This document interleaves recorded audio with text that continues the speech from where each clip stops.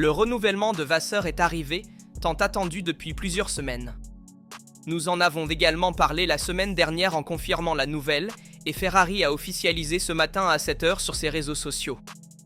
Dans la vidéo d'aujourd'hui, nous allons écouter les déclarations de Benedetto Vigna concernant ce renouvellement du team principal. Pourquoi Ferrari a-t-elle décidé de maintenir la continuité avec son team principal malgré une saison décevante ? Nous devons également examiner la configuration que Ferrari prépare pour la Hongrie, car il y a beaucoup à dire à ce sujet, et en plus, nous devons nous prononcer sur la situation de Kimi Antonelli. Il ne vit sûrement pas l'une de ses meilleures saisons, c'est sa première année en tant que rookie, rappelons-le, mais il y avait beaucoup d'attentes en début d'année. Voici mon bilan, en reprenant également les paroles de Nick Rosberg, que j'apprécie beaucoup plus en tant qu'analyste qu'il ne l'était en tant que pilote, malgré le fait qu'il soit évidemment champion du monde et qu'il ait battu Hamilton avec la même voiture, rappelons-le. Cela dit, avant de commencer, je vous demande de laisser un like pour soutenir, et maintenant, voyons tout en détail. Le team principal français, arrivé à Maranello en janvier 2023, a signé un renouvellement pluriannuel avec l'équipe, témoignant de la confiance totale que la direction rouge accorde à sa vision. Un signal très clair de la part de Benedetto Vigna et du conseil d'administration de Ferrari. Malgré les pressions, les changements réglementaires à venir en 2026 et une concurrence féroce, tout est misé sur la continuité technique et managériale. Acronyme, le communiqué officiel parle de bases solides posées avec l'ambition de ramener Ferrari au sommet de la Formule 1, soulignant que la décision reflète la détermination de Ferrari à construire sur le travail accompli jusqu'à présent. Mais qu'est-ce que cela signifie vraiment pour ce renouvellement ? Sous la gestion de Vasseur, Ferrari a déjà récolté 6 victoires, 11 pole positions et surtout une 2e place au championnat du monde des constructeurs en 2024. Le meilleur classement de l'équipe depuis 2019. Ce n'est pas encore suffisant pour gagner des titres, mais c'est le premier vrai pas concret vers une Ferrari plus constante, compétitive et mentalement solide. Selon le communiqué, certains traits clés de Vasseur ont pesé dans la décision de renouvellement. Qui sont ces 3 ? La capacité à diriger l'équipe sous pression, l'aptitude à l'innovation et la détermination à poursuivre des performances à long terme. Ferrari souhaite assurer la continuité pour aborder avec lucidité le grand changement réglementaire de 2026. Un détail non négligeable est que dans le communiqué d'aujourd'hui, aucune référence n'est faite à la fonction de directeur général, un titre qui avait été explicitement mentionné lors de l'arrivée de Vasseur en décembre 2022. Cela pourrait indiquer une réduction formelle du rôle managérial plus large ou simplement un changement de stratégie de communication. Mais il reste que le seul point d'attention aujourd'hui concerne le rôle de directeur d'équipe et le parcours sportif de la Scuderia. Selon des indiscrétions des derniers mois, Vasseur Ergo bénéficie d'une grande confiance en interne à Maranello, y compris de la part des pilotes. Son approche pragmatique, directe mais jamais autoritaire, a été appréciée dans un contexte souvent difficile à gérer pour les techniciens et ingénieurs. De plus, c'est lui qui a favorisé l'arrivée de certaines figures clés, notamment des techniciens issus de Mercedes et Red Bull, et qui a lancé une restructuration méthodologique et culturelle de la gestion sportive. Le renouvellement pluriannuel intervient à un moment décisif. 2025 est la dernière année pleine du cycle technique actuel, mais les véritables enjeux commencent maintenant. D'ici à la moitié de 2026, les bases de la prochaine génération de Ferrari seront posées, et c'est un renouvellement dont Ferrari avait fortement besoin. La fin du contrat de Vasseur était fixée à la fin de 2025 et tout le monde s'attendait à ce que le renouvellement intervienne en fin d'année après avoir évalué cette saison. Au lieu de cela, Ferrari a joué la carte de l'anticipation et a décidé de renouveler avant la pause estivale, c'est-à-dire aujourd'hui, jeudi 31 juillet. Ferrari a très bien fait de renouveler Massé maintenant pour éviter de susciter des doutes chez les fans et aussi diverses spéculations, comme par exemple Horner chez Ferrari. La direction de Ferrari a pris cette décision en se basant sur les résultats de 2024 avec 6 victoires, 11 pole positions et la 2e place au championnat des constructeurs. Eh bien, c'est certainement une bonne vitrine pour Vasseur à montrer à Vigna. En effet, le problème de 2025 ne réside pas tant dans le chef d'équipe, mais plutôt dans la gestion technique et la monoplace elle-même, c'est donc cette partie de Ferrari qu'il faut changer, pas tant la gestion en elle-même, car Vasseur, contrairement à Binotto, fait un excellent travail dans la gestion des pilotes. Malgré une saison très difficile d'un point de vue performance, il parvient à maintenir l'enthousiasme au sein de l'équipe, ce qui n'est pas rien. Nous nous rappelons que Binotto avait du mal sur ce point, et donc maintenant Vasseur aura encore plus de pression, surtout pour l'année prochaine, il devient l'homme désigné par le cheval cabré pour ramener Ferrari à la victoire d'un titre. Et avant d'aller écouter ces paroles, je souhaite aussi ajouter une autre chose. Le renouvellement de Vasseur est arrivé aussi parce que Vasseur a choisi le personnel technique qui travaillera sur la Ferrari 2026. Pensons, par exemple, à Xera, issu de Mercedes, qui a aidé à développer aussi la suspension arrière qui a fait ses débuts en Belgique et est l'homme chargé de mener la Ferrari de l'année prochaine. Vous comprenez bien que Vasseur ne pouvait pas partir après avoir apporté une figure technique aussi importante à Ferrari. Un autre aspect important est que si l'on voulait remplacer Vasseur, qui prendrait la place du chef d'équipe de Ferrari? Qui était une alternative crédible? Horner finira le Garden en Liva à la moitié de 2026, donc ce n'était pas une option envisageable. Giron d'Ambrosio est encore peut-être trop jeune pour occuper un rôle aussi important pour une équipe de top niveau. Donc, il est encore nécessaire que Vasseur fasse la même démarche que les autres grandes équipes avec leur propre chef d'équipe, à savoir assurer la continuité au fil des années. Cela dit, écoutons les paroles du chef d'équipe après son renouvellement. Je suis reconnaissant pour la confiance que Ferrari continue de me témoigner. Ce renouvellement n'est pas seulement une confirmation, mais un défi à continuer de progresser, à rester concentré et à respecter mes engagements. Au cours des 30 derniers mois, nous avons posé des bases solides et maintenant nous devons construire sur DS avec cohérence et détermination. La référence aux 30 mois est significative car Vassé met sur la table la continuité méthodologique, celle qui a souvent manqué à Maranello par le passé. En plus des résultats obtenus, il y a une autre raison pour laquelle Ferrari a voulu sécuriser Vasseur, c'est la crédibilité interne. Des sources proches de l'équipe parlent d'un groupe technique très uni sous sa gestion, de relations claires avec les pilotes et d'une vision stratégique partagée à long terme. L'arrivée de Lewis Hamilton en 2025 et la cohabitation avec Charles Leclerc représentent un défi de gestion complexe, mais c'est précisément dans ce contexte qu'une figure solide et respectée était nécessaire. Vasseur a démontré qu'il avait le bon sens pour maintenir l'équipe unie même dans les moments les plus critiques, comme cela a été prouvé lors des tensions après le GP en début de saison. Et même Benedetto Vigna, directeur général de Ferrari, a reconnu la valeur de Vasseur en déclarant « Nous reconnaissons ce qui a été construit ». Le communiqué officiel indique « La Scuderia Ferrari HP est heureuse d'annoncer le renouvellement pluriannuel de Vasseur en tant que directeur d'équipe pour les prochaines saisons de Formule 1 ». En somme, le renouvellement de Vasseur n'a pas de délai court, et Vignal a réaffirmé qu'il souhaite reconnaître ce qui a été accompli jusqu'à présent et surtout s'engager pour ce qui doit encore être construit dans l'avenir de Ferrari. Cela ne signifie pas que Ferrari se fie à l'immobilisme, bien au contraire, car Vasseur est un grand innovateur, il a favorisé l'arrivée de techniciens de Red Bull, Mercedes et McLaren, renouvelant profondément la partie technique et sportive de la gestion sportive. Donc, je suis absolument favorable à ce renouvellement de Vasseur, mais je suis curieux de connaître votre avis, d'autant plus que je fais beaucoup confiance aux paroles de Toto Wolff qui a dit un jour « Si Vassé ne devait plus travailler pour Ferrari, nous le voulons chez Mercedes ». Acronyme, cela témoigne qu'il est une figure très importante au sein du paddock et du cirque de la Formule 1, souhaité également par d'autres équipes, par exemple par Mercedes elle-même, qui est l'une des équipes les plus titrées de ces dernières années. Et si Toto Wolff a confiance en Interson, eh bien, cela signifie que cette personne est fiable. Cela dit, voyons comment Ferrari se prépare pour la Hongrie.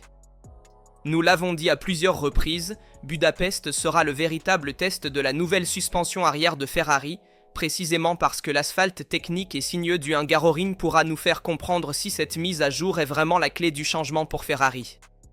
L'objectif déclaré est double.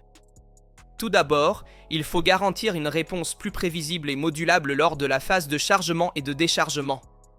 Deuxièmement, il faut stabiliser la plateforme aérodynamique en réduisant la sensibilité aux variations de hauteur à terre, l'une des faiblesses chroniques de la SF25 en début de saison.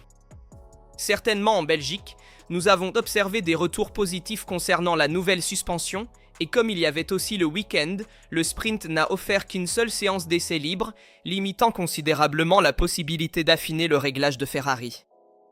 Et si le Spa est une piste mixte avec de longues lignes droites, Des virages d'appui et de fortes variations d'altitude, ce n'est pas le contexte idéal pour tester en profondeur l'effet d'une mise à jour mécanique comme une nouvelle suspension, le circuit de Lingalo, en revanche, l'est.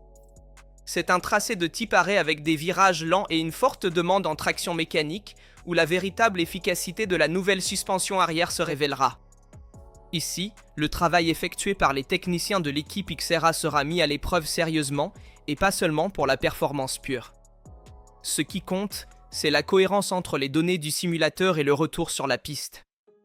Avec la nouvelle suspension, l'objectif est de rétablir ce dialogue essentiel entre aérodynamique et dynamique du véhicule.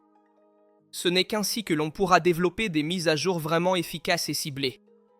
Les ingénieurs parlent d'une mise à jour qui, bien qu'étant mécanique, change déjà la perception de la voiture, la rendant plus précise, plus stable et plus prévisible. Budapest confirmera-t-elle les bonnes sensations? Cette nouvelle suspension pourrait devenir vraiment le tournant de toute la saison, et pas seulement pour les résultats immédiats, mais aussi pour la préparation technique en vue de 2026, où les monoplaces devront être conçues sur des bases totalement nouvelles. Et nous le savons, l'anneau hongrois ne pardonne pas, c'est l'un des circuits les plus lents et techniques du calendrier de Formule 1. Avec une seule vraie zone de DRS et de nombreuses courbes à vitesse moyenne et faible, il faut des monoplaces avec un maximum d'appui aérodynamique, une bonne stabilité mécanique et un refroidissement optimisé. La SF25 arrive à Budapest avec des réglages extrêmes et des solutions techniques conçues pour dominer en virage et non sur la ligne droite. Pour raconter ce défi, voici une voix de l'intérieur de Ferrari. En effet, Federica Cimarosti, qui travaille depuis 20 ans à Maranello, est une figure clé du groupe aérotruck de Ferrari et a expliqué qu'à Budapest, il faut des charges aérodynamiques très élevées. Par conséquent, les deux SF25 de Hamilton et Leclerc participeront à la course avec deux grandes ailes arrière et des angles d'inclinaison extrêmes de l'aile avant. Cela s'explique par le fait que le circuit comporte très peu de lignes droites et de nombreuses courbes lentes. Comme l'a également déclaré Federica Cimarosti, la pénalisation sur le long circuit est due au fait que la ligne droite principale est courte, ce qui permet de sacrifier une vitesse maximale plus élevée pour obtenir un meilleur grip en courbe. Cela signifie plus de confiance pour les pilotes, notamment Hamilton, qui ont un meilleur ressenti avec l'arrière. Je pense particulièrement à Hamilton, et cela améliore également la gestion des pneus. Attention, avec des réglages extrêmes de forte déportance, la dégradation thermique des pneus peut s'accélérer. En réalité, contrairement à ce que l'on pourrait penser, s'il y a beaucoup de courbes lentes successives, cela permet d'exploiter beaucoup d'adhérence latérale des pneus, et donc les pneus arrière, étant donné un circuit en anneau et limité en arrière, souffrent plus que nécessaire. Si l'on exploite trop la charge, cela entraîne une surchauffe excessive à l'arrière, ce qui risque de rendre la voiture glissante, non pas tant à cause de l'usure des pneus, mais plutôt à cause des températures trop élevées. Un aspect crucial est donc le refroidissement. Il faudra trouver le bon compromis entre refroidissement et performance, et Ferrari peut jouer sur de nombreux composants modulaires, comme les entrées latérales, les prises de frein et les flancs réglables. Voici tous les éléments en entrée qui peuvent être échangés et en sortie de la monoplace. Il est également possible de modifier les ouvertures de la zone du capot moteur pour refroidir au mieux la monoplace sans générer de turbulences nocives. Voyons comment Mercedes abordera le Grand Prix de Hongrie, car c'est très intéressant et cela se connecte parfaitement au discours que nous ferons ensuite sur Kimi Antonelli. La situation rappelle de près ce qui est arrivé à Ferrari en 2023, une bonne base technique bouleversée par des développements incohérents. Mercedes sait que pour supporter ce type de tracé, il faut une base solide, mais pour l'instant, la seule certitude semble être l'avant, et c'est peut-être là que le travail d'optimisation pourra repartir. Les ingénieurs Brackley ont modifié le fond, les suspensions et l'aile arrière, mais le résultat a été désastreux. La V16 a perdu de l'appui dans des conditions variables, devenant nerveuse en freinage, instable dans les virages à haute vitesse et difficile à équilibrer en tour sec. La chaleur attendue ce week-end mettra à rude épreuve la gestion thermique des pneus et Mercedes a souffert tout au long de l'année dans ce domaine lorsque les températures montent. Une option envisagée en usine est de réduire légèrement l'aérodynamique pour favoriser un peu la vitesse de pointe, qui est un point fort de la V16. Mais à Budapest, cela pourrait se retourner contre eux. Renoncer à l'importance signifie perdre de la traction et du temps dans les virages, justement là où se gagnent les courses en Hongrie. Et c'est sur ce sujet que je souhaite faire le lien avec Kimi Antonelli, car Kimi vit probablement le pire moment de sa carrière. Mais le problème n'est pas Kimi, c'est la voiture. Je tiens à le préciser car, parfois, les qualités de Kimi sont mises en doute alors qu'il est un talent, un phénomène, et cela ne doit pas être remis en question. C'est pourquoi la V16 est une voiture nerveuse, instable et imprévisible. Même Russell a du mal à la conduire malgré ses années d'expérience. Il a débuté d'abord chez Williams puis est allé chez Mercedes. Imaginez combien Kimi, qui n'a que 18 ans, a du mal, ayant débuté lors de sa première saison en Formule 1 chez Mercedes, dans une équipe de premier plan, avec toutes les attentes et toute la pression que cela implique pour ce jeune garçon. Ce n'est donc pas une question de talent, c'est le contexte qui compte et qui influence ses performances. La V16 ne répond pas encore de manière cohérente aux commandes du pilote, surtout dans les virages rapides. Et c'est précisément là que Kimi Antonelli perd confiance. Et Kimi est sincère, la voiture est trop nerveuse pour mon style de conduite. Il l'a lui-même dit, je suis un pilote qui cherche beaucoup de vitesse en virage, mais cette voiture ne me le permet pas. Si j'essaie d'appuyer, je rends tout pire. J'essaie de m'adapter, mais comme ça je vais plus lentement. Un aspect peu raconté est que Kimi est vraiment rapide en course, en fait lorsque la voiture est pleine d'essence, le rythme est plus régulier. Antonelli parvient à retrouver confiance et à bien gérer les pneus. Cela indique que le talent du pilote est là, ainsi que sa capacité à gérer la course, ce qui est un aspect que nous avons vu au début de la saison et qui n'est pas du tout évident pour un rookie. Habituellement, nous voyons de jeunes pilotes performants en qualification mais incapables de bien gérer les pneus en course. Un exemple en tête est celui de Leclerc, qui rencontrait beaucoup de difficultés face à Vettel chez Ferrari dans ses premières années. Leclerc parvenait à battre Vettel en qualification, mais Vettel le dépassait en course. Au fil des années, Leclerc s'est beaucoup amélioré sur cet aspect, alors que Kimi, en ce moment, est l'inverse, il est très fort en course mais rencontre un peu plus de difficultés en qualification. En 2025, où les performances des voitures sont très proches, partir même d'une ou deux positions en arrière influence complètement votre course. Imaginez si Kimi doit partir de l'arrière, hors de la piste. Vous comprenez bien que la course suivante devient compromise car il est difficile de dépasser, l'air sale impactant négativement les pneus, et même Rosberg l'a défendu en qualifiant Kimi de talent générationnel au niveau de Hamilton et Verstappen. Rosberg lui-même a ajouté que si George Russell et Kimi Antonelli étaient dans une McLaren, ils seraient premier et deuxième, ce qui renforcerait également leur confiance mentale. En conduisant cette Mercedes si instable, il se retrouve en position plus reculée, surtout Kimi qui souffre davantage de son inexpérience en Formule 1. Dernière chose, parlons de Red Bull et du Hungaroring. Acronyme, Helmut Marko a déclaré « Nous avons remercié Horner pour ses 20 ans et ses 8 titres, mais le licenciement chez Red Bull était principalement lié à des performances insuffisantes. » En effet, la décision prise par Oliver Minzlaff, administrateur du groupe Red Bull, après Silverstone, s'est basée sur les performances de Red Bull à ce moment-là. Nous l'avons annoncé à Christian mardi à Londres et, heureusement, nous avons réussi à nommer Loren MCE. Cependant, le rôle de MCE sera beaucoup plus réduit que celui de Horner, et Red Bull a saisi cette occasion pour réduire les responsabilités du chef d'équipe, rendre la structure hiérarchique moins pyramidale et répartir davantage de responsabilités entre différentes figures au sein de Red Bull. En parlant du Grand Prix de Hongrie, ils ont changé de look et resteront en Formule 1 jusqu'en 2032. En effet, l'installation a été entièrement rénovée. Maintenant, c'est moderne, fonctionnel et c'est une piste qui existe depuis 1986, avec un chantier éclair de démolition et de construction en 12 mois. Les travaux ont commencé juste après le GP de 2024 et se sont terminés à temps pour la course de cette année. Faites-moi savoir dans les commentaires votre avis sur tous les sujets que nous avons abordés dans la vidéo. Comme toujours, je vous rappelle de laisser un like, de vous abonner et d'activer les notifications pour ne manquer aucune actualité sur la Formule 1 et Ferrari. Ici chez R2. On se voit lors d'une prochaine.